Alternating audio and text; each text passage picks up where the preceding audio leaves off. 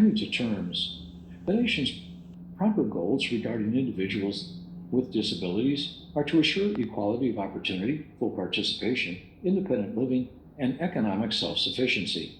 Americans with Disabilities Act of 1990. People with disabilities finally have our own Emancipation Proclamation.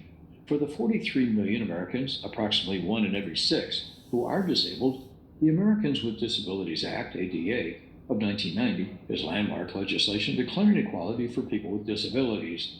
The ADA, patterned after the Civil Rights Act of 1964, challenges myths, attitudes, segregationist practices, and working conditions that have kept many people with disabilities in poverty and housebound.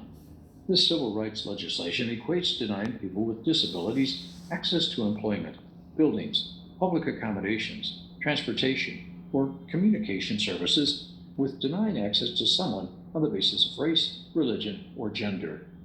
The legislation's passage capped a decade of unparalleled social change benefiting the disabled.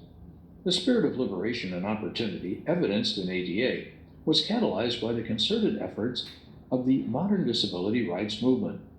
Following the racial, gender, and other civil rights movements in the 1960s, this diverse group of people with disabilities engaged in political activism and action, demanding integration into the American mainstream.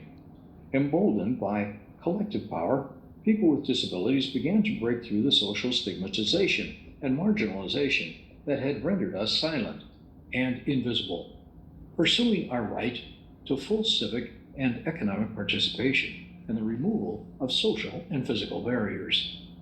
The liberatory impulse, evidenced in the disability rights movement, has propelled people with disabilities to resist their marginal status in the full range of social institutions, including the Christian church. Calling for the church to take a leading role in promoting our full humanity, people with disabilities have protested restrictive ordination requirements. We have resisted our experience being reformulated to conform to crippling theological categories.